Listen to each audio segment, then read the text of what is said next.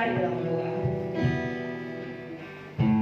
Bapak, terima kasih buat pagi hari ini.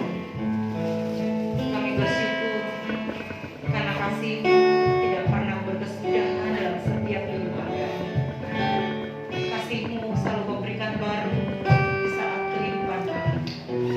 Kami bersyukur dan kami bangga memiliki Tuhan Allah yang seperti itu. Penyertaan-Mu selalu menyatakan bagi kami. Hari ini kami kembali membawa hidup kami ke dalam Mesbah-Mu yang kudus. Kami datang dengan setiap kerendahan hati kami. Kami ingin memuji memuliakan nama-Mu.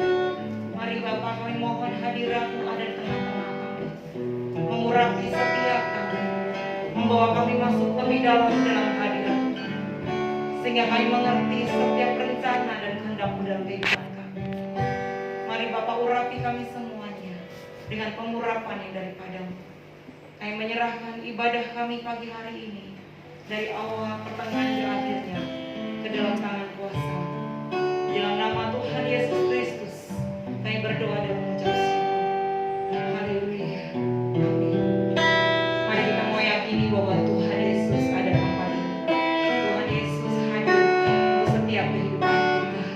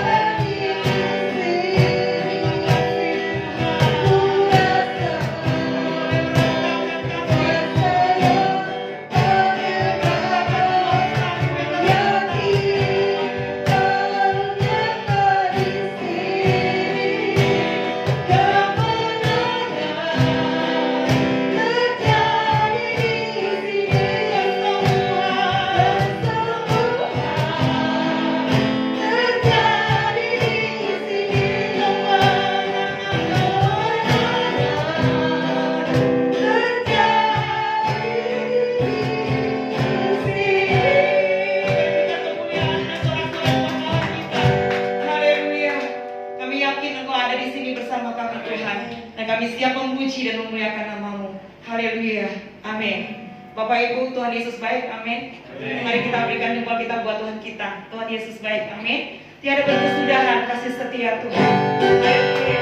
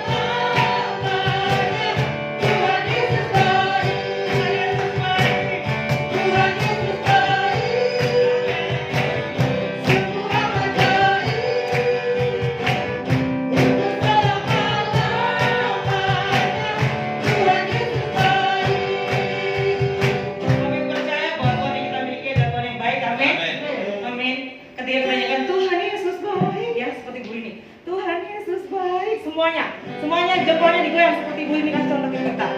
Ya. Amin. Haleluya. Tiada berkesudahan kasih.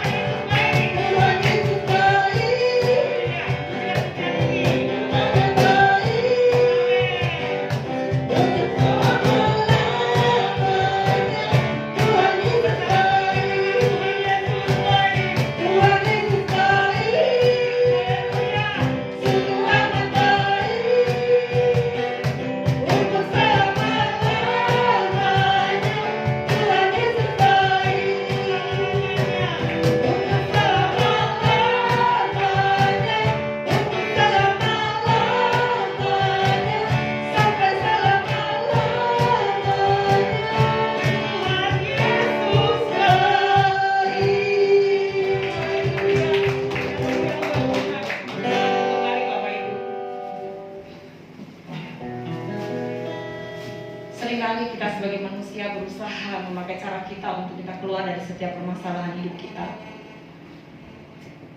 Dan ketika kita tidak menemukan jalan keluar dari kehidupan kita, kita baru tersadar bahwa Tuhanlah satu-satunya jawaban atas kehidupan kita. Kita mempercaya bahwa janjinya tidak pernah gagal dalam kehidupan kita.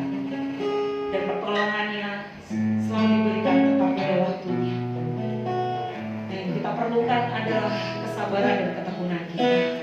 Mari kita percaya bahwa kita memiliki Tuhan Allah yang tidak pernah gagal. Kita mau percaya kita memiliki Tuhan yang senantiasa menggenapi janji-janjinya atas kehidupan kita semuanya. Haleluya.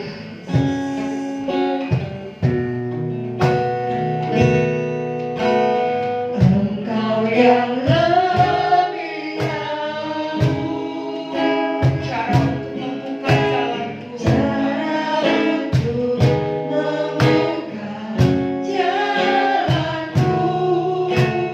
Engkau yang lebih mengerti cara untuk menolong hidupku. Sayang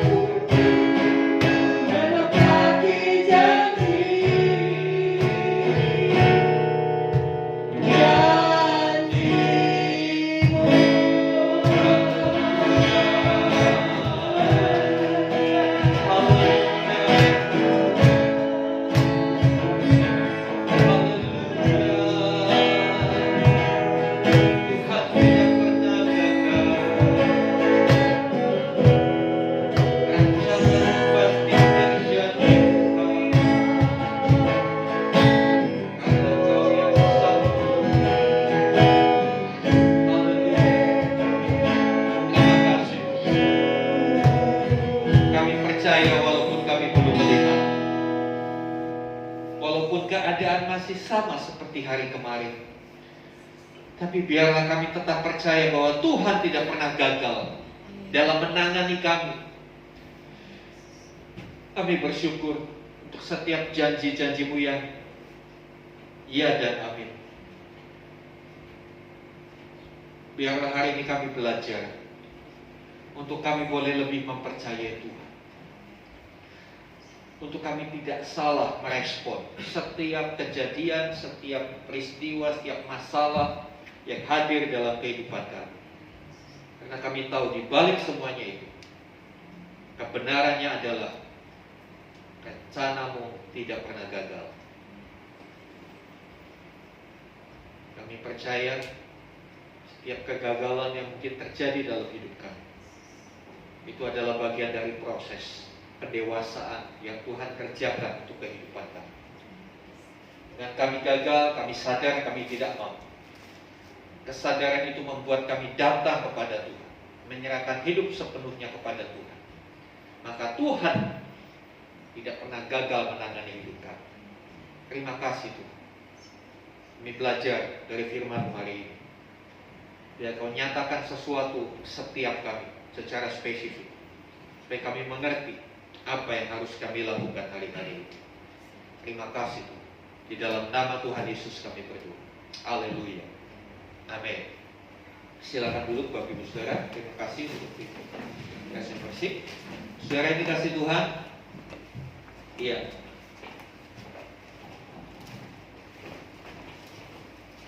Kadangkala dalam usaha kita untuk berubah, kita gagal.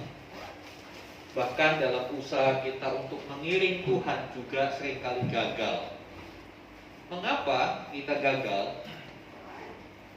Hari ini kita mau belajar bagaimana kita harus melakukan dengan caranya Tuhan. Ternyata penyebab utama kegagalan kita untuk berubah, kita berubah dengan cara kita sendiri. Kita menyelesaikan masalah dengan cara kita sendiri, sehingga kita ya gagal mani. Kita mau belajar dari satu peristiwa yang di dalam kehidupan bangsa Israel. Benar-benar Tuhan menunjukkan caranya. Dan kadangkala memang cara Tuhan itu gak masuk logika, gak logis. Tapi ketika umat Tuhan mengikuti cara Tuhan, mentaati cara Tuhan, maka umat Tuhan akan mengalami kemenangan yang besar. Mari kita buka sama-sama di dalam Yosua pasal yang ke-6. Yosua pasal yang ke-6 ayat 1-27 cukup panjang, ya, tapi kita mau membaca ini keseluruhan supaya kita bisa melihat seperti apa peristiwa itu.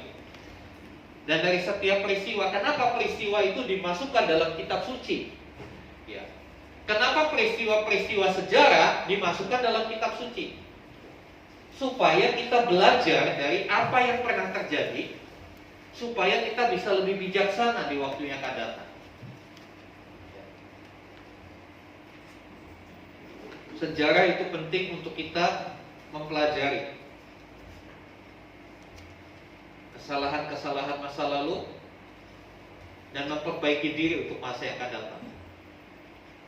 Sebab itu dalam salah satu pidatonya founder bangsa kita, pendiri bangsa kita, Bung Karno, dia bikin satu singkatan, jas merah.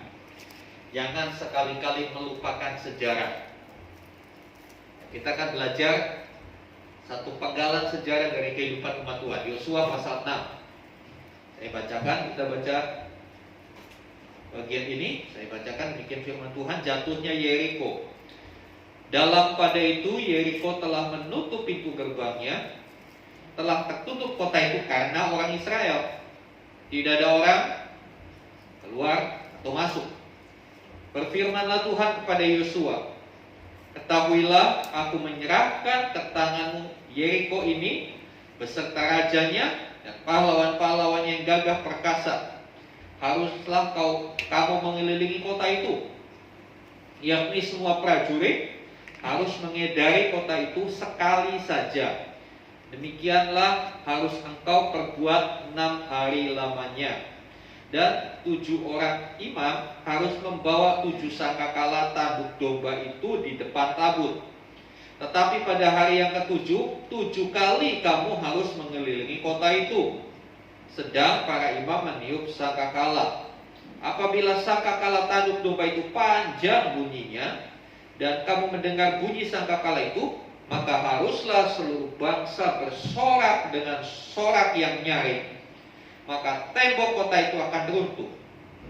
Lalu bangsa itu harus memanjatnya masing-masing langsung ke depan.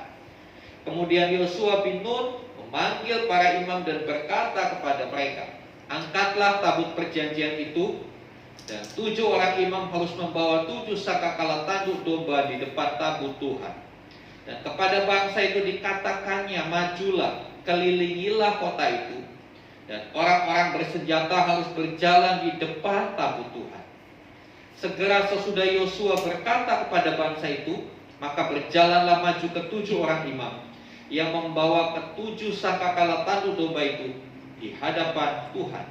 Lalu mereka meniup sangkakala, sedang tabut perjanjian Tuhan mengikuti mereka. Dan orang-orang bersenjata berjalan di depan para imam yang meniup sangkakala dan barisan penutup mengikuti tabut itu. Sedang sangkakala terus-menerus ditiup. Tetapi Yosua telah memerintahkan kepada bangsa itu demikian, janganlah bersorak dan janganlah perdengarkan suaramu, sepatah kata pun janganlah keluar dari mulutmu sampai pada hari aku mengatakan kepadamu bersoraklah, maka kamu harus bersorak. Demikianlah tabut Tuhan mengelilingi kota itu, mengedarinya sekali saja. Kemudian kembali mereka ke tempat perkemahan dan bermalam di tempat perkemahan itu. Keesokan harinya Yosua bangun pagi-pagi, lalu para imam mengangkat tabut Tuhan. Maka berjalanlah juga ke-7 orang imam yang membawa ke-7 sangkakala tanduk domba itu di depan tabut Tuhan. Sambil berjalan mereka meniup sangkakala, sedang orang-orang bersenjata berjalan di depan mereka, dan barisan penutup mengikuti tabut Tuhan, sementara sangkakala terus-menerus ditiup. Demikianlah pada hari kedua mereka mengelilingi kota itu sekali saja, lalu pulang ke tempat perkemahan. Dan begitulah dilakukan mereka 6 hari lamanya. Tetapi pada hari yang ke-7 mereka bangun pagi-pagi ketika fajar menyingsing dan mengelilingi kota itu 7 kali dengan cara yang sama. Hanya pada hari mereka mengelilingi kota itu 7 kali. Lalu pada ke-7 kalinya ketika para imam meniup sangkakala, berkatalah Yosua kepada bangsa itu, bersoraklah, sebab Tuhan telah menyerahkan kota ini kepadamu, dan kota itu dengan segala isinya akan dikhususkan bagi Tuhan untuk dimusnahkan. Hanya Rahab perempuan sundal itu akan tetap hidup, ia dan semua orang yang bersama-sama dengan dia dalam rumah itu, karena ia telah menyembunyikan orang suruhan yang kita suruh.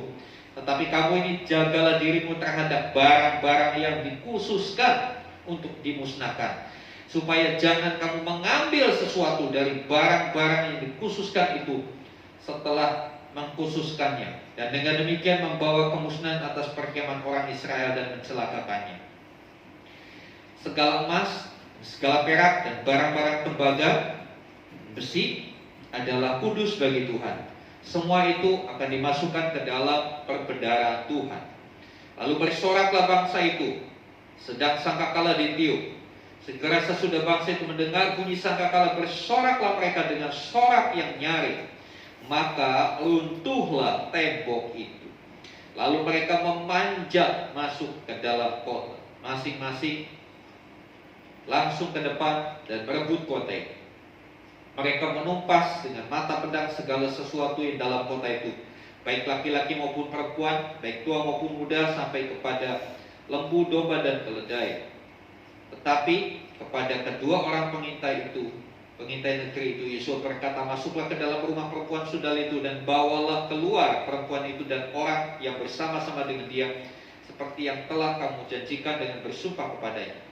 Lalu masuklah kedua pengintai muda itu dan membawa keluar Rahab dan ayahnya, ibunya, saudara-saudaranya, dan semua orang yang bersama-sama dengan dia. Bahkan seluruh kaumnya dibawa mereka keluar. Lalu mereka menunjukkan kepadanya tempat tinggal di luar perkemahan Israel. Tetapi kota itu dengan segala sesuatu yang ada di dalamnya dibakar mereka dengan api. Hanya emas dan peraknya, barang-barang tembaga dan besi ditaruh mereka dalam perbendaharaan rumah Tuhan. Demikianlah Rahab perempuan sundal itu dan keluarganya beserta semua orang yang bersama-sama dengan dia dibiarkan hidup oleh Yosua.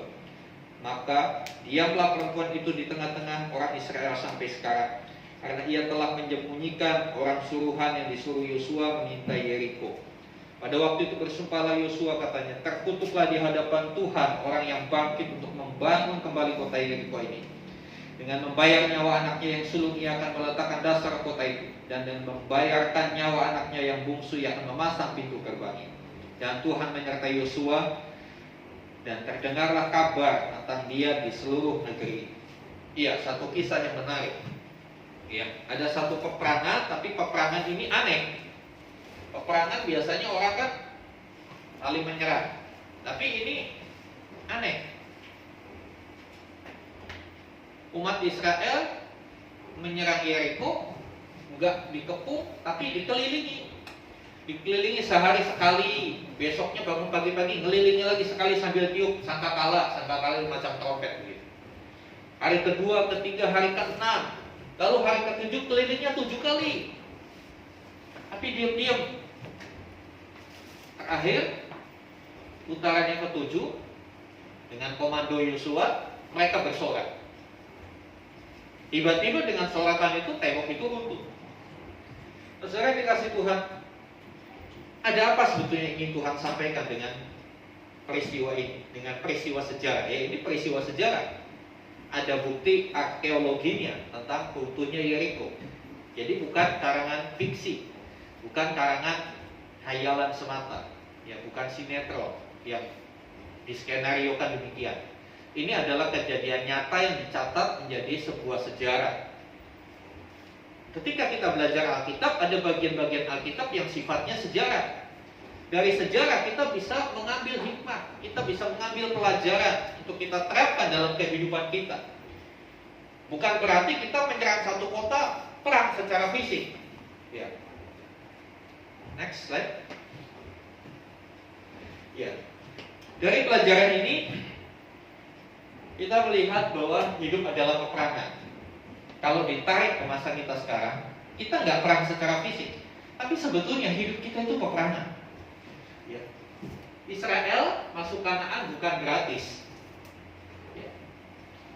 Memang Kanaan itu tanah yang dijanjikan Tuhan. Ya. Bukan gratis. Ada harga yang harus dibayar. Mereka harus berperang melawan penduduk Kanaan. Jadi Tuhan menjanjikan tanah Kanaan. Aku akan memberikan kepadamu negeri yang berlimpah susu dan madunya. Ya, the best lah. Tapi masalahnya negeri itu bukan negeri kosong, bukan tanah kosong. Ada orang-orang yang tinggal di situ. Ada kerajaan-kerajaan yang tinggal di situ. Kanaan bagi kita adalah sebuah gambaran keberhasilan dan gambaran masa depan yang penuh harapan. Seperti Yesaya 29 ayat 11, aku merancangkan bukan rancangan kecelakaan, tapi rancangan damai sejahtera. Rancangan kebaikan untuk masa depan. Ya. Tuhan menjanjikan Kanaan bagi kita. Sekali lagi, Kanaan adalah gambaran keberhasilan dan masa depan yang penuh harapan. Bukankah ini kerinduan kita bersama? Kita merindukan keberhasilan dalam segala segi kehidupan kita. Kita merindukan masa depan yang lebih baik dari masa lalu kita. Ya. Kanaan ini diberikan tidak gratis. Ada harga yang harus dibayar. Apa? Peperangan, perjuangan. Kita harus berjuang untuk keberhasilan. Dan ada keberhasilan itu instan. Keberhasilan harus dibayar dengan perjuangan. Ya. Tetapi perlu ingat bahwa peperangan kita bukan melawan darah dan daging, tetapi melawan roh-roh jahat, melawan penguasa dunia ini. Efesus 6 ayat 12. Kita baca Efesus 6 ayat 12.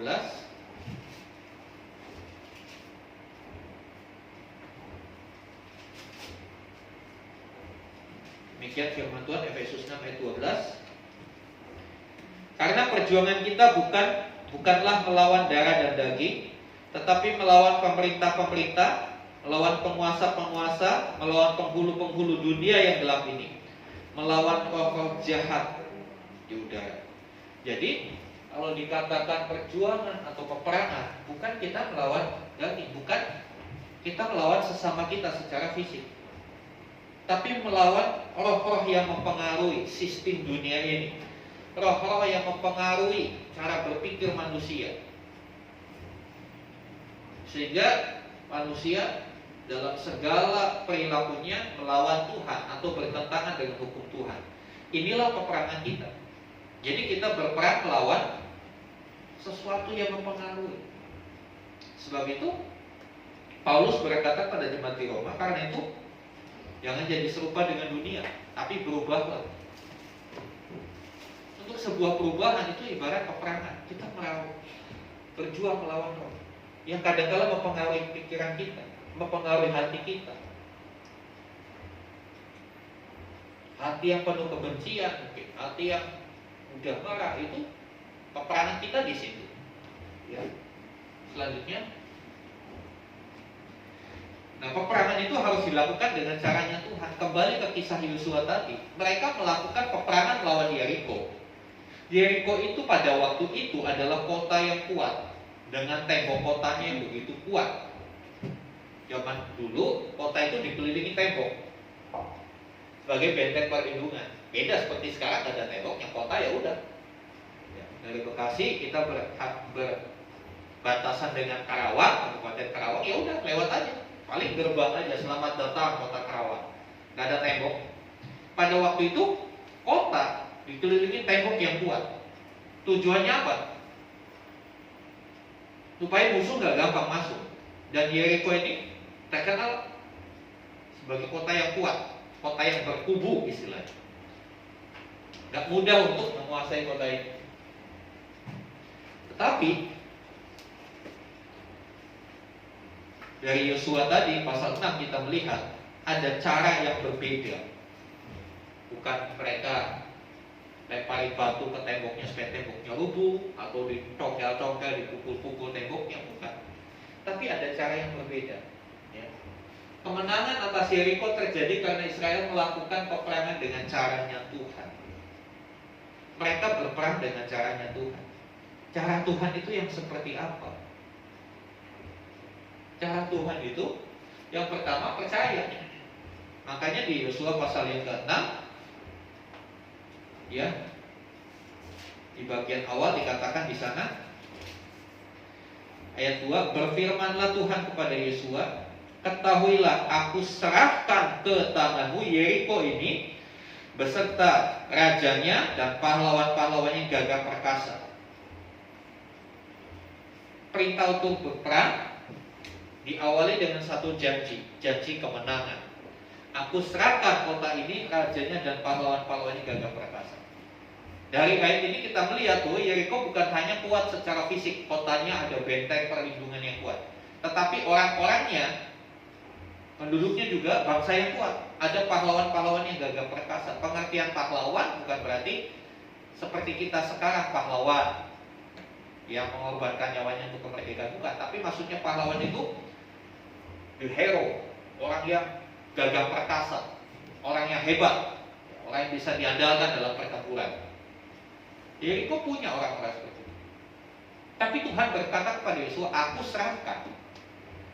Nah di sini cara yang pertama yang harus kita miliki dalam menghadapi peperangan dalam kehidupan nyata di zaman sekarang. Kita harus percaya. Apa yang kita percaya? Janji Tuhan, perkataan Tuhan. Kita lihat next. Ya, percaya janji dan perkataan Tuhan dalam firman. Ini sebetulnya kunci kemenangan kita. Kita baca di dalam 2 Korintus 1 ayat 20.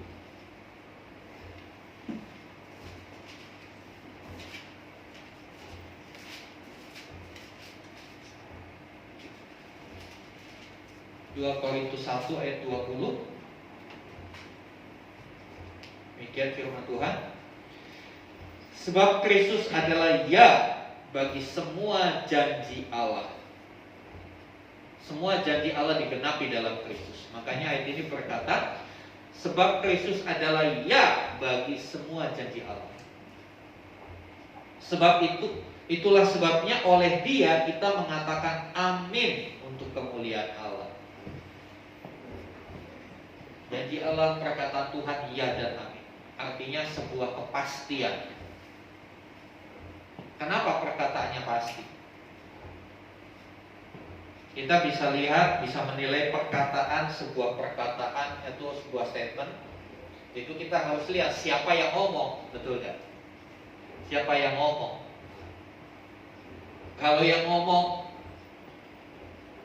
orang sembarangan, ya perkataannya bisa kita abaikan. Tapi kali ini yang ngomong Tuhan, yang ngomong kepada Yosua Allah yang Maha Kuasa, Allah atas semesta alam. Dia berkata, aku menyerahkan kota ini ke dalam tangan. Karena yang ngomong yang Maha Kuasa pasti benar. Kali lagi, mengapa kita harus mempercayai janji Tuhan? Karena Tuhan itu Maha Kuasa. Di dalam Ayub 42 ayat 2, Ayub 42 ayat 2, di sana firman Tuhan berkata, aku tahu bahwa Engkau sanggup melakukan segala sesuatu dan tidak ada rencanamu yang gagal. Rencana Tuhan gak mungkin gagal, karena Tuhan Maha Kuasa. Kuasanya tidak terbatas, kuasanya unlimited. Makanya tidak pernah gagal. Kalaupun kita menganggap sebagai kegagalan, sebetulnya bukan kegagalan. Hanya perlu waktu, hanya perlu penyesuaian. Tuhan tidak pernah gagal dalam rencana. Sekalipun ada oknum yang berusaha menggagalkan rencana Tuhan, Tuhan selalu punya plan-plan selanjutnya, rencana-rencana selanjutnya. Tujuannya pasti tercapai. Tujuannya pasti tercapai. Kalau Tuhan merancangkan demikian, merancangkan sesuatu yang tidak pernah gagal dan tidak bisa digagalkan, maka bagian kita adalah mempercayai. Mempercayai setiap rencananya, mempercayai setiap firman. Yeriko tidak akan berhasil direbut kalau Yosua gak percaya. Kalau Yosua bilang, gak mungkin Tuhan. Iya, gak mungkin diserahkan. Gimana? Kita ini kan latar belakangnya orang Israel, ya, itu kan bangsa yang lama diperbudak di Mesir. Cuma kuli, cuma pesuruh. Bahasa sekarangnya cuma babu. Bukan bangsa yang berperang.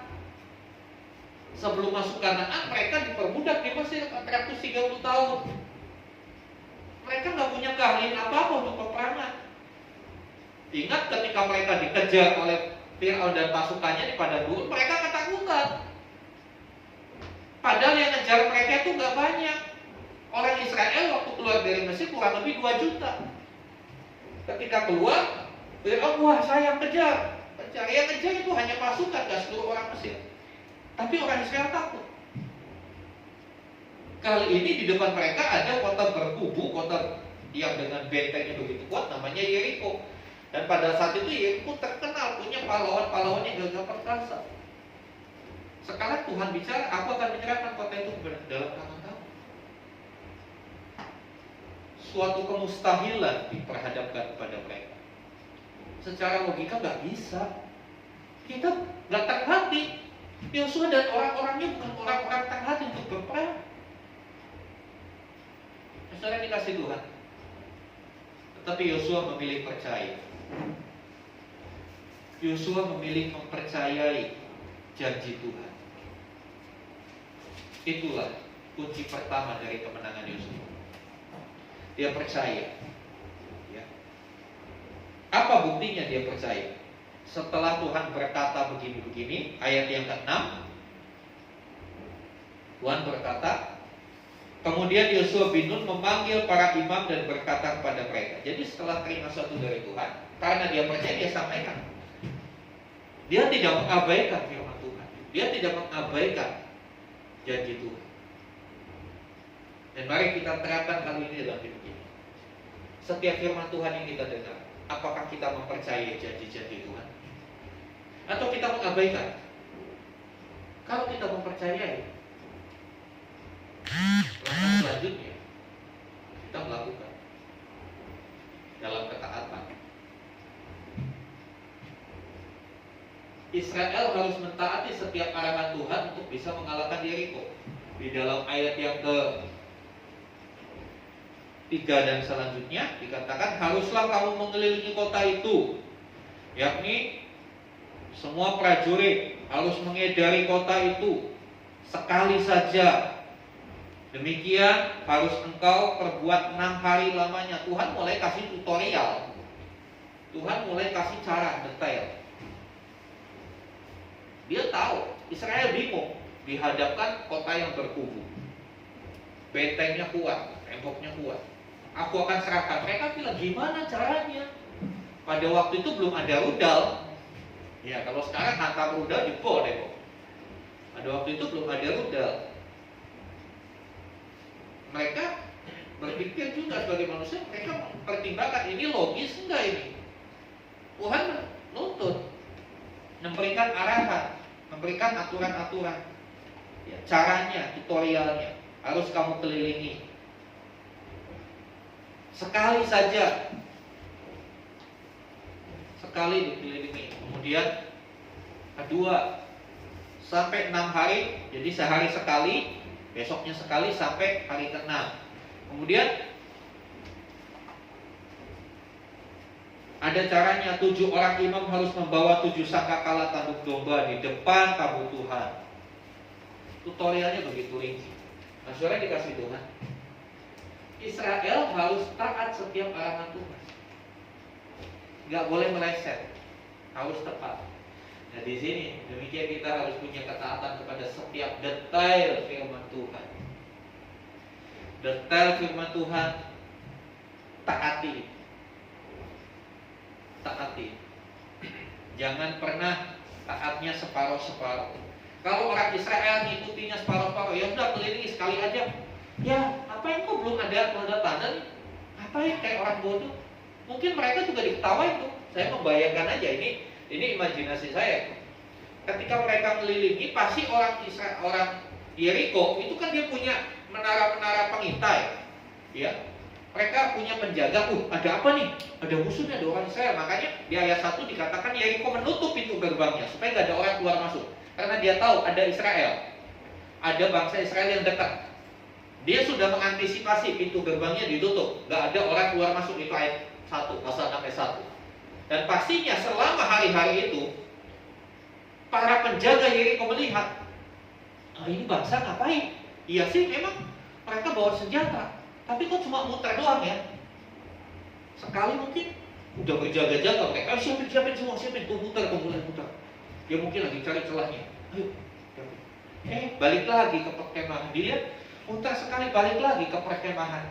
Ya, kok cuma gitu aja. Besoknya dilihat lagi, ya muter lagi. Mungkin hari kedua masih penasaran, hari ketiga udah diketawain.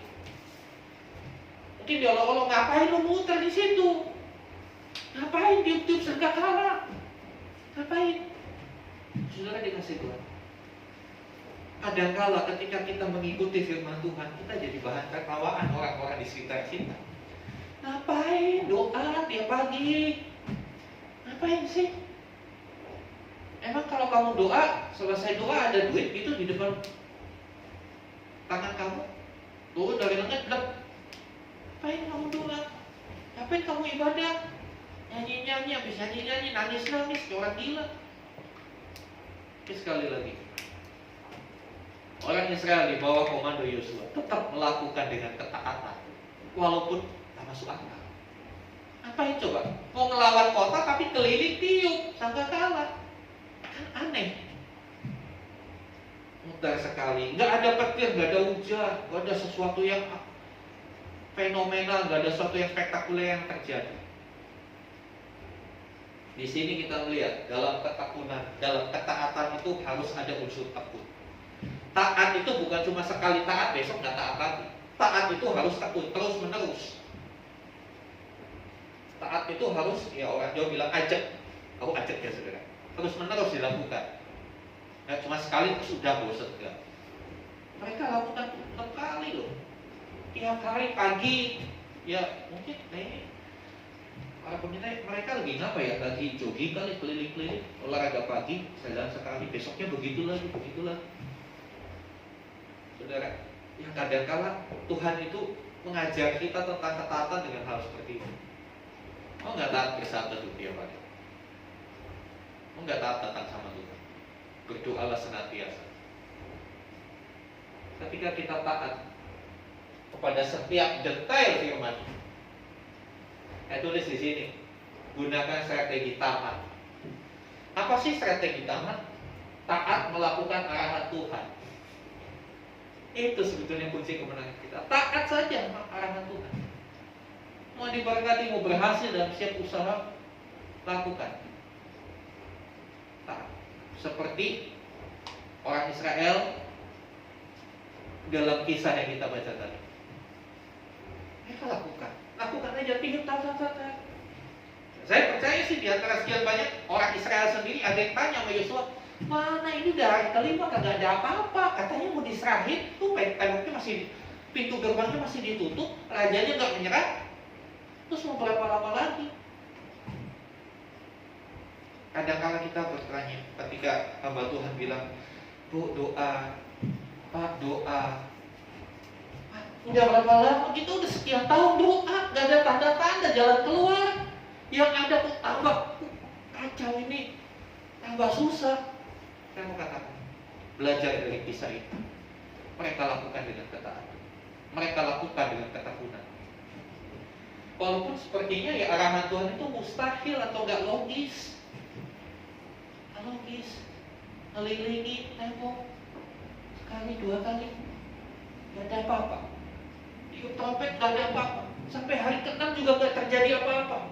Kira-kira kalau kita yang disuruh keliling tetap percaya atau balikan? Udah, gak usah. Ngapain? Buang-buang waktu. Buang-buang waktu. Saat teduh itu buang-buang waktu. Bacaan kita tuh buang-buang waktu. Masih banyak yang harus diurus. Kadang-kadang kita berpikir apa yang Tuhan katakan itu gak logis. Apa yang Tuhan katakan itu suatu yang sia-sia, gak ada gunanya. Itu saya mau katakan, belajar untuk taat melakukan setiap arahan Tuhan. Kapan kita bisa mendengar arahan Tuhan kalau kita tidak duduk diam di bawah kaki Tuhan? Kapan kita bisa tahu Tuhan sedang mengarahkan kita? Kapan kita bisa tahu petunjuk dan tutorial-tutorial Tuhan? Kalau kita sibuk dengan urusan kita. Ketika kita tidak mau duduk diam di bawah kaki Tuhan, kita nggak tahu. Ketika kita salah mengerti tutorialnya, maka yang kita lakukan juga kesalahan. Ketika kita melakukan kesalahan, pasti kegagalan akan mengikuti. Biarlah ini menjadi satu penyemangat buat kita. Ya. Satu contoh, arahan Tuhan itu kadang-kala mustahil. Coba buka Amsal 11 ayat 24. Amsal 11 ayat 24. Ini kalau kita bacain, waduh ini jangan-jangan ayat ini salah ya, gak sesuai dengan ilmu ekonomi yang saya pelajari. Amsal 11 ayat 24. Ada yang menyebar harta tetapi bertambah kaya. Ada yang menghemat secara luar biasa namun selalu berkekurangan. Coba kalau sepintas kita baca ayat ini, masuk akal gak saudara? Ini bertentangan dengan ilmu ekonomi. Ilmu ekonomi berkata apa? Hemat pangkal kaya. Tapi di sini bilang ada yang nyebar harta tapi tambah kaya. Ya. Ada yang hemat secara berkelebihan. Yang dikatakan hemat secara luar biasa. Secara luar biasa itu gimana? Hemat secara luar biasa. Ya. Hemat dalam hal makanan secara luar biasa. makan. Pakai apa? Ikan asin. Ikan asinnya satu buat pagi, siang, sore, cuma ditutul doang. Maka menghemat secara luar biasa, itu contoh ya. Tapi dikatakan selalu berkekurangan. Ini nggak masuk akal. Tapi faktanya itu terjadi, ya kan? Ada orang yang menyebar harta. Tentunya menyebar harta bukan di meja judi, ya. Bukan menyebar harta di mall, mengikuti pola hidup hedonisme, ya. Beli-beli barang-barang yang mahal-mahal, ya. Makan kalau nggak enak nggak mau makan. Tentu bukan itu maksudnya. Menyebar harta, ya tentu kembali ke sini dengan jalannya Tuhan. Menyebar harta untuk hal-hal yang Tuhan arahkan. Kalau kita diarahkan untuk berkontribusi bagi pekerjaan Tuhan, lakukan itu. Tidak akan kekurangan firman Tuhan. Bahkan bertambah kaya. Itu seperti sebuah investasi. Ada yang berhemat secara batin, luar biasa, tapi kekurangan juga. Itu kembali, saudara. Ada kala arahan Tuhan itu nggak masuk akal. Tapi kalau kita berani melakukan dengan sebuah kepercayaan bahwa Tuhan tidak pernah menjerumuskan kita, bahwa Tuhan tidak pernah merancangkan hal yang buruk atas hidup kita, kita lakukan dengan ketaatan penuh, maka kita akan lihat hasil. Selanjutnya, walaupun kelihatannya cuma 6 hari mereka keliling sampai hari yang ke-7, tapi diperlukan kesabaran. Memang untuk menang itu perlu kesabaran. Tapi kita harus akui, orang sabar itu kesel. Sabar itu kesel loh sebetulnya, saudara. Gitu kan, gemes. Tapi ya itu loh faktanya. Kadang-kadang sama Tuhan ya seperti ini. Caranya Tuhan tuh beda dengan cara dunia. Kadang-kadang Tuhan bawa kita untuk kita bisa sabar. Kalau kau bicara sabar dalam bahasa aslinya, bahasa Yunani itu makrotumia. Dalam Galatia 5:22-23, kesabaran ini salah satu dari buah roh. Bagian dari buah roh. Artinya dalam bahasa Inggris ada dua. Yang pertama long suffering. Suffering itu penderitaan. Long itu panjang. Jadi orang sabar itu menderita untuk panjang. Betul nggak orang sabar menderita? Lama lagi. Ya kan? Lama lagi. Long suffering dalam bahasa Inggris. Kemudian bahasa Inggris yang lain yang dipakai untuk menunjuk kata sabar itu patient, pasien. Dari situ muncul kata pasien. Jadi kalau jadi pasien harus sabar, betul nggak? Nunggu dokternya belum datang, ya kudu sabar ya, lu pasien. Ya kan, lu pasien ya kudu sabar.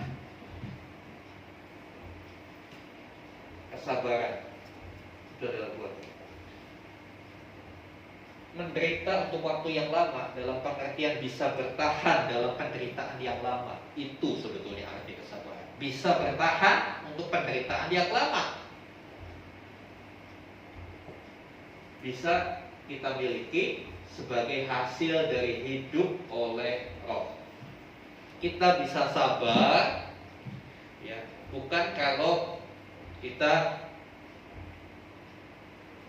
lulus S1 teologi aja jadi sabar. Enggak, jamin.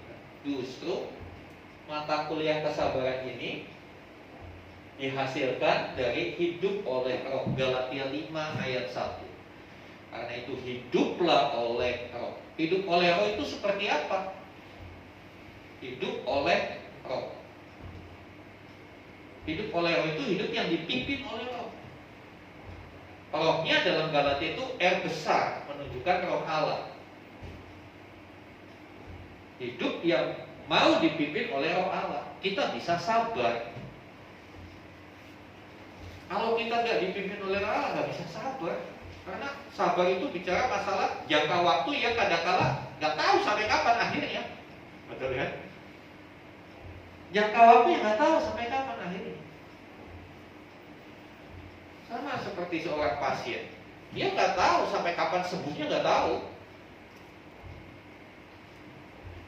Untuk sebuah kesabaran kita perlu penguasaan diri. Kita perlu bisa menguasai diri supaya bisa sabar. Ini dua hal yang saling berkaitan. Penguasaan diri atau pengendalian diri ini penting. Lebih penting dari bela diri. Hari-hari ini anak-anak kecil diajari suruh ikut bela diri. Saya bilang, selain bela diri itu ada yang lebih penting. Ada dua hal yang lebih penting selain bela diri: sadar diri dan menguasai diri. Banyak orang untuk bela diri tapi nggak pernah sadar diri. Dirinya tuh siapa nggak sadar, jadi sombong. Udah bela diri nggak bisa menguasai diri, kerjanya berantem terus. Sedikit apa-apa diajak berantem, sedikit apa-apa diajak berantem. Kalau orang yang sering berantem, ya saya sih hanya berasumsi, asumsi pribadi saya, jangan-jangan dia diciptakan dari tanah, tanahnya tanah sengketa, jadi berantem terus, ribut terus. Untuk sebuah kesabaran kita perlu penguasaan diri, self control. Kita yang mengontrol diri kita, bukan keadaan yang mengontrol kita. Kita yang mengontrol diri kita, jangan keadaan mengontrol kita. Kalau keadaan, contohnya apa? Hal yang paling gampang hari-hari ini terjadi, keadaan ekonomi. Jangan sampai keadaan ekonomi, keadaan keuangan kita mengontrol kita, membuat kita galau, membuat kita susah. Tapi biarlah diri kita yang dipimpin oleh roh tadi yang mengontrol ekonomi, sehingga apapun keadaan tidak akan mempengaruhi.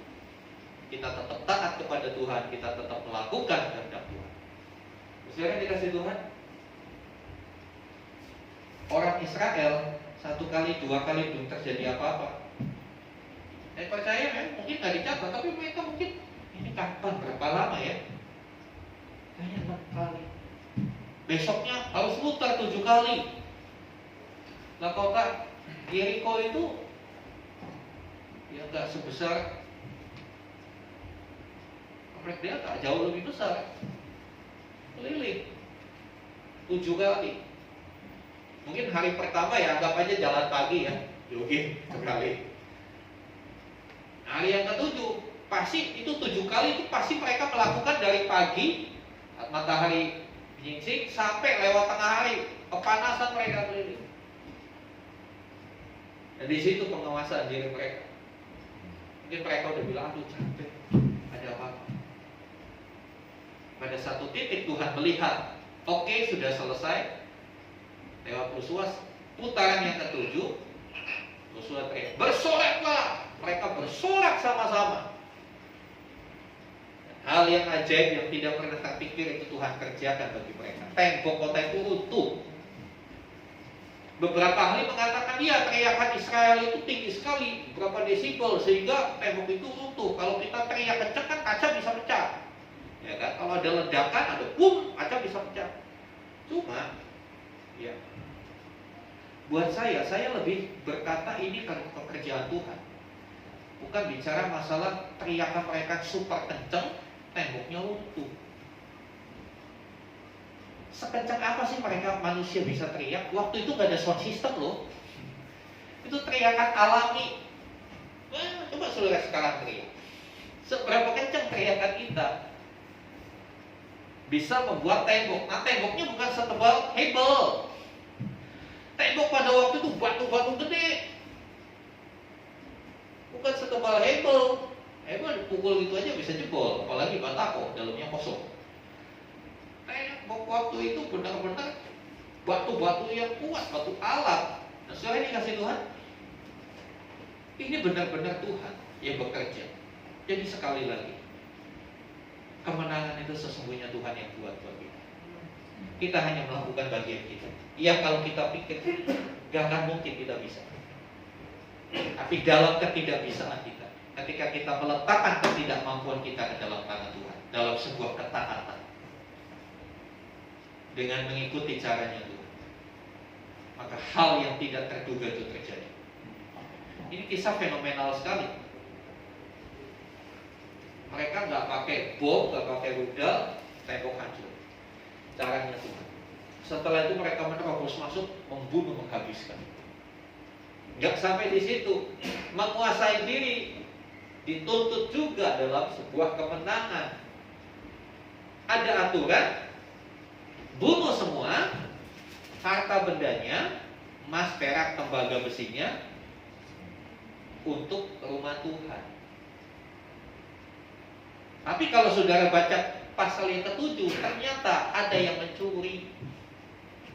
Waktu Yeriko dikalahkan, lihat emas, lihat harta benda, ada yang silau dengan harta, diambil, bawa pulang, disembunyikan. Jangan pikir Tuhan tidak tahu, Tuhan Maha tahu. Nanti kisah selanjutnya, baca di rumah, pasal yang ke-7. Keluarga Akan itu akhirnya dibinasakan karena mencuri pada saat penaklukan Yeriko. Padahal sudah jelas ada tutorial dari Tuhan. Benda-benda ini dikhususkan untuk Tuhan, dikuduskan. Tapi mereka tidak mau, ada orang yang tidak mau. Biarlah ini menjadi satu pelajaran. Sejarah ini biarlah menjadi satu pelajaran, peringatan buat kita. Jangan pernah melanggar Tuhan. Jangan pernah melanggar. Karena setiap pelanggaran itu ada konsekuensinya. Ada konsekuensinya. Karena hukum Tuhan tetap berlaku. Upah dosa adalah maut. Karena itu saudara, mari next. Mari kita mau sadar bahwa cara manusia seringkali gagal. Sehebat apapun. Ya, hari-hari ini kalau kita melihat banyak seminar-seminar motivator, cara bisnis berhasil tanpa modal, begini begitu macam-macam, ya kan? Memiliki properti tanpa modal segala macam. Saya cuma mau katakan, kalau itu adalah cara manusia, maka kegagalan itu akan menjadi bagian. Karena itu beralihlah, gunakan cara Tuhan. Cara Tuhan itu gak ada efek sampingnya. Efek sampingnya kita makin diberkati. Kalau caranya manusia, ada efek sampingnya.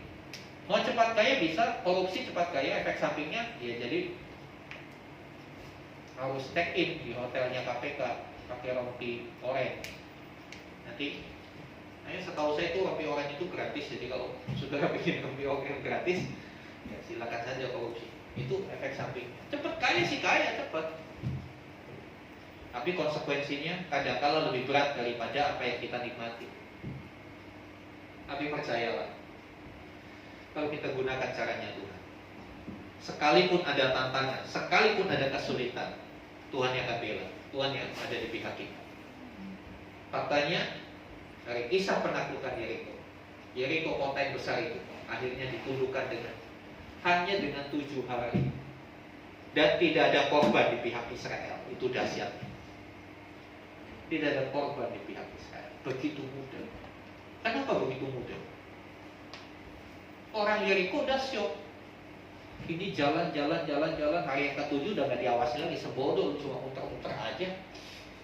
Tapi tiba-tiba mereka teriak kenceng, lontung. Kota itu hancur, rubuh tembok bentengnya. Mereka kaget, belum sempat pegang senjata, mungkin saking kagetnya senjatanya jatuh, udah ditusuk, udah kena senjatanya Israel. Saudara dikasih Tuhan. Tuhan bisa bekerja dengan berbagai cara yang kadang-kala gak masuk akal. Ada satu kesaksian, saudara. Ini saya dapat dari seorang hamba Tuhan yang melayani di daerah pesisir pantai, daerah Indramayu. Di sana kan tampak bandeng ya, banyak tampak bandeng. Hujan, musim hujan seperti ini, wah jemaatnya telepon Pak Pendeta, tolong ini hujan lebat. Padahal saya baru tanam berapa ribu ekor benih ikan bandeng. Ini udah pasti hanyut. Hanyut entah kemana, nggak mungkin saya jagain, nyotokin satu-satu. Berapa puluh ribu ini. Ya sudah Pak, pendeta ini berdoa, sudah Pak. Tuhan pasti tolong. Tuhan yang memberi, Tuhan yang mengambil. Didoakan malam itu by phone. Besoknya jemaat ini datang ke gereja. Dia bersorak-sorai, dia bingung. Ikan bandengnya hanyut kok, malah senang. Dia bilang, Pak, terjadi mujizat Pak. Loh kenapa? Apa yang terjadi? Ikanmu gak pada bilang enggak Pak. Ikan saya diganti. Loh maksudnya diganti apa? Iya, kemarin saya tanam tuh sebesar-besar gini Pak. Tapi begitu tadi pagi hujan reda, saya lihat ke tambak saya, ikannya jadi segede-gede gini katanya. Itu caranya Tuhan lucu. Ikannya dia hanyut, dia kecil, ikan tak dari mana masuk ke dia. Dia kan nggak bisa bilang ini ikan siapa. Orang ikan itu nggak punya KTP. Kau punya KTP, kamu dari mana alamatnya? Oh, dari tambak sebelah sana. Ini ikan kan nggak punya KTP, nggak punya identitas. Ya udah, itu berkatnya dia. Dia juga nggak mau kembali bingung kemana. Dia bilang itu tambak saya dalam satu malam ikan yang segini berubah jadi setengah meter, gede-gede semua. Ini salah satu kesaksian. Memang tidak harus seperti itu, karena kadang-kala Tuhan tidak selalu menggunakan cara yang sama untuk setiap kita. Cara Tuhan memberkati kita tuh beda-beda. Cara Tuhan memberkati kita beda-beda. Ada cara Tuhan yang memberkati dengan cara-cara yang seperti itu. Tapi kadang-kala dengan cara-cara yang sederhana, kalau kita sadar, kita bisa mengakui bahwa itu adalah berkat pemeliharaan Tuhan. Kalau hari demi hari kita masih bisa makan, itu berkat Tuhan. Berkata sama istri anak-anak, walaupun kadang-kala makannya istilah saya telur mercy, tahu telur mercy? Telur satu dikocok di dada, dibagi 3, satu buat pagi, satu buat siang, satu buat sore. Jadi satu butir telur bisa buat pagi, siang, sore. Tapi kita masih bisa makan, masih bersyukur, saudara. Berkat Tuhan, mujizat Tuhan. Gak harus saudara tiba-tiba ya Bapak ini dapat Mercedes-Benz seri terbaru, dapat hadiah. Gak harus seperti itu. Karena kalau Tuhan bikin seperti itu, kitanya gak siap, kita shock. Kita shock, waduh, pingsan, langsung ICU. Mobil yang didapatnya buat pengobatan ICU habis, gak jadi berkat. Jadi berkat Tuhan itu benar-benar berkat, bisa kita nikmati, itu namanya berkat. Berkat itu bukan bicara nominal, tapi bicara kita bisa nikmati nggak? Ketika saya melayani pemulung anak jalanan, saya bisa melihat pengertian berkat itu dengan sesuatu yang real. Kadang-kadang kan kita berpikir berkat kita kalau minumnya di Starbucks, makannya di Bandar Jakarta yang mahal-mahal gitu, itu berkat. Kita nggak pernah berpikir. Pemulung anak jalanan yang pungut nasi dari warteg. Warteg kan ada sisa-sisa nasi dibuang. Itu diambil, dicuci lagi sama mereka, dijemur, udah kering dimasak ulang. Tapi mereka makannya lahap, gak kalah lahap dengan yang makan di restoran berbintang. Dia bisa nikmati, walaupun buat kita itu gak layak, tapi dia bisa nikmati. Dan yang ajaib, mereka sehat, gak main trade loh saudara. Nah coba kalau kita makan begitu, udah pasti dah ulang balik ke toilet terus. Itulah saudara. Makanya jangan terlalu naif memikirkan berkat. Berkat itu sesederhana. Yang kita alami hari-hari itu adalah berkat. Mari kita beralih, gunakan caranya Tuhan. Amin. Mari sama-sama kita bangkit berdiri. Sudah, kasih musik.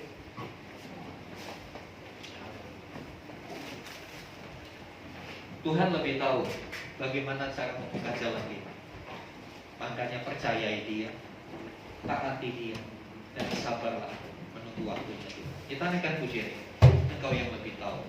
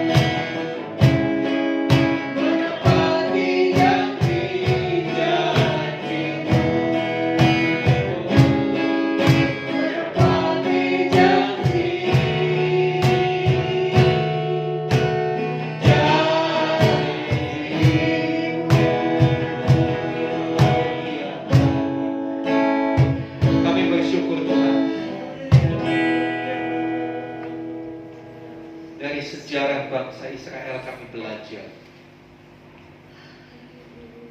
Ketika kami melakukannya dengan cara Tuhan, maka kemenangan itu menjadi bagian kami.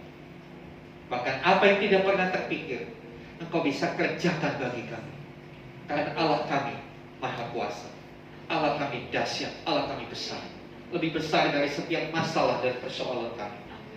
Sebab itu dalam pergumulan kehidupan kami, menghadapi berbagai persoalan, menghadapi berbagai tantangan kehidupan, biarlah kami belajar untuk mempercayai Tuhan dalam segala firman.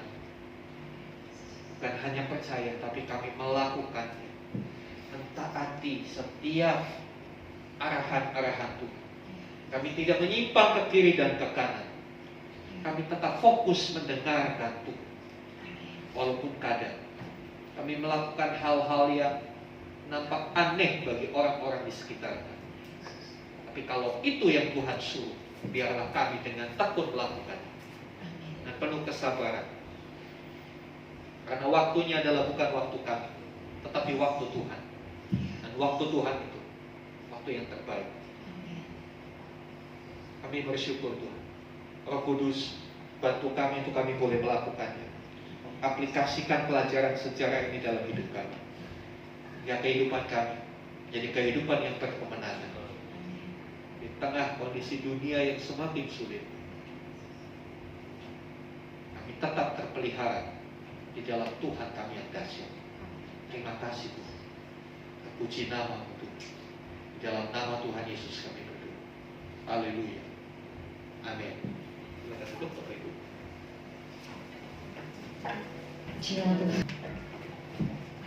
Ya, terima kasih untuk persembahan saudara.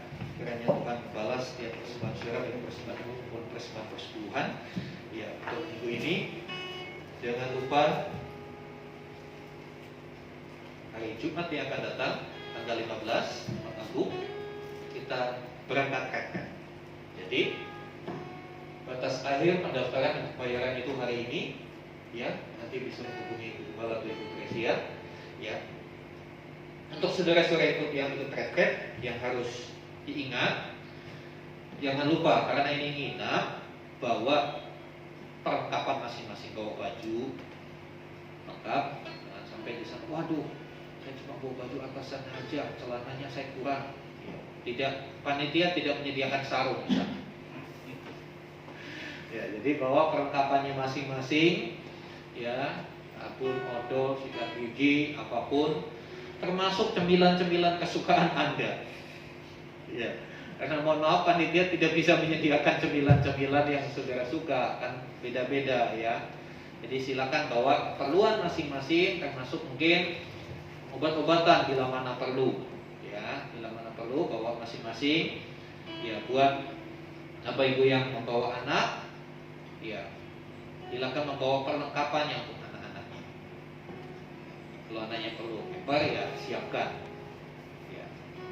Kita akan berangkat dari gereja. Saya katakan diwajibkan kumpul di gereja jam 10 hari Jumat jam 10 pagi. Kita mau briefing sebentar, kita mau atur, juga kita mau bagi makan siang. Jadi karena diperkirakan jam makan siang posisi masih di perjalanan, silakan bisa makan di mobil masing-masing. Karena ini bulan puasa, cari warung siang-siang juga agak susah. Jadi makannya di dalam mobil masing-masing, ya, sehingga tidak mengganggu yang puasa. Karena pastinya ini makanannya enak. Nanti kalau dimakan di tempat terbuka, yang puasa bisa pada batal, gila, suka. Jadi untuk kita menghormati, kita makan siangnya di mobil masing-masing. Ya, jadi makanya perlu berangkatnya dari gereja sama-sama. Dari sini kita akan bagi. Gak mungkin kami membagi ke rumah Bapak Ibu masing-masing. Kumpul di sini, briefing, bagi makanan, kemudian berdoa bersama-sama, baru kita berangkat sama-sama. Ya, yang tidak ada mobil, jangan khawatir, nanti akan bergabung dengan yang ada mobil. Ya, perkirakan sampai di sana sekitar jam 2 atau setengah 3. Nanti sampai di sana itu juga briefing, lalu pembagian kamar. Saudara bisa mulai mengenali lingkungan dulu, ya kan? Baru nanti sorenya mulai ibadah. Sekitar 4:30 kita mulai ibadah. Ibadah Jumat Agungnya sore, bukan di tempat ini. Ya, sekali lagi ibadah Jumat Agung bukan di gereja, tapi di Wisma Salom di Lembang. Ya. Kalau saudara saya nggak mau ikut retret, mau ikut ibadah Jumat Agungnya aja, ya silakan ke sana sendiri. Ya, jadi itu yang perlu dipersiapkan. Ya, sekali lagi, selain persiapan-persiapan itu, banyak-banyaklah berdoa hari-hari supaya kita diberikan kesehatan, bisa mengikuti retret, bisa mendapatkan berkat maksimal. Jangan sampai berkat yang Tuhan sediakan bagi kita itu tercecer karena kita tidak siap. Ya, saya kira itu untuk retret, ya berhubungan dengan retret, komsennya juga akan bergabung di retret itu. Ya, saya kira itu untuk informasi. Mari sama-sama kita balik berdiri, kita akan naikkan dua syafaat kita. Jadi saya minta Pak Agustinus pimpin kita dalam dua syafaat. Mari sama-sama kita balik berdiri, saudara.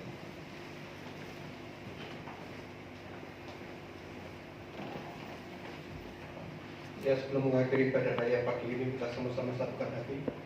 Kami bersyukur Tuhan buat ibadah pagi hari ini kami merasakan kepenuhan dengan kebenaran firman Tuhan. Kami boleh belajar bahwa menyerahkan hidup kami, Tuhan yang terus koreksi di dalam hidup kami. Tuhan yang terus perbarui hari lepas hari, sehingga kehidupan kami hari lepas hari kami semakin baik.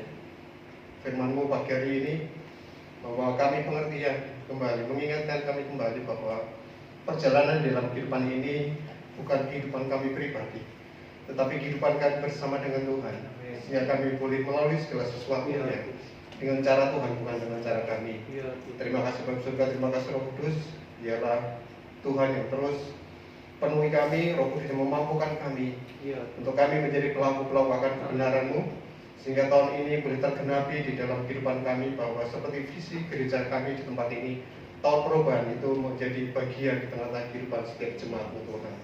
Terima kasih Bapak Surga, mengucap syukur buat Gembala kami Bapak Ubaja. Biarlah urapan hikmat telah turun atas hamba-Mu. Tuhan berikan kekuatan, kesehatan, dan juga menyertai kehidupan rumah tangganya, istri maupun anak-anaknya. Biarlah keluarga ini semakin hari semakin Tuhan pakai demi kemuliaan nama Tuhan untuk mengembalakan kami di tempat ini. Biarlah gereja ini semakin hari semakin berkembang, semakin hari semakin menjadi berkat. Biarlah keberadaan gereja ini menjadi berkat bagi lingkungan di mana kami tinggal. Terima kasih Bapak Surga, terima kasih Roh Kudus. Kami menyerahkan untuk setiap jemaat yang bersama-sama dengan kami, apapun pergumulan yang kami alami di dalam hari-hari ini. Seperti firman-Mu yang kami dengar pada pagi hari ini Tuhan Yesus, bahwa keberadaan kehidupan kami dimanapun kami ada, kami berada di dalam peperangan. Biarlah kami tampil sebagai pemenang ketika kami bersama dengan Tuhan. Sehingga kami boleh terus mengandalkan Tuhan, kami boleh terus menggali akan setiap kebenaran-Mu itu, dan kami pegang, kami lakukan di setiap langkah kehidupan kami hari lepas hari Tuhan. Terima kasih Bapak Surga, terima kasih Roh Kudus. Kami menyerahkan seluruh jemaat di tempat ini, pekerjaan kami, usaha kami. Kami menserahkan juga untuk keluarga kami. Biarlah campur tangan Tuhan nyata atas setiap langkah kehidupan kami Tuhan. Terima kasih Bapak Surga. Kami menyerahkan untuk rencana retret di hari Jumat nanti Tuhan. Biarlah Bapak Surga, harapan kami bisa bersama-sama, semuanya bisa terlibat di dalam retret ini Tuhan Yesus. Kami boleh bersama-sama untuk merayakan Paskah. Kami boleh bersama-sama mengingat kebangkitan Tuhan Yesus Kristus bahkan dari kematiannya Tuhan. Kami mengucap syukur. Kami serahkan seluruh rangkaian retret di dalam tangan Tuhan. Dari berangkat sampai acara 3 hari di tempat retret Tuhan. Bila kami mengambil suatu pelajaran yang penting, menjadi pondasi dalam kehidupan kami, untuk kami boleh bersama-sama membangun kehidupan kami dengan caranya Tuhan. Kami menyerahkan seluruh rangkaian terhadap tangan-Mu, berikan kami kekuatan, kesehatan, seluruh jemaat yang ada, sehingga kami boleh mengikuti dari awal hingga akhirnya Tuhan. Terima kasih Tuhan Surga, mengucap syukur buat gereja di tempat ini. Kami serahkan Tuhan Yesus. Bangsa dan negara kami, lingkungan kami, kota kami, biarlah dan sejahtera turun atas bangsa ini, kota kami maupun lingkungan kami Tuhan. Terima kasih Tuhan Surga. Kami sebentar lagi kami mau pulang. Berkati perjalanan kami sampai kami sampai tujuan dan selamat. Sebelum kami pulang kami rindu lewat berkat-Mu melalui hamba-Mu. Mari buka hati, angkat tanganmu, dan terimalah kasih karunia, rahmat dari Bapa di surga. Di dalam kasih dan karya Tuhan Yesus Kristus, bersama-sama pimpinan penyertaan Roh Kudus, terimalah berkat-berkat jasmani, terlebih lagi berkat rohani. Jadilah berkat dimanapun Tuhan menempatkan kita. Karena itu pergilah, jadikanlah semua bangsa murid, dan baptislah mereka dalam nama Bapa, Anak, dan Roh Kudus, dan ajarlah mereka melakukan segala sesuatu yang telah kuperintahkan kepadamu. Dan ketahuilah aku menyertai kamu sampai kepada akhir zaman. Demikianlah Tuhan Yesus akan datang kali yang kedua, menjemput kita, membawa kita masuk dalam kebahagiaan kekal, supaya di mana Tuhan Yesus berada, di situ pun kita boleh berada. Terima kasih Tuhan. Di dalam nama Tuhan Yesus kami mohon. Haleluya. Amin.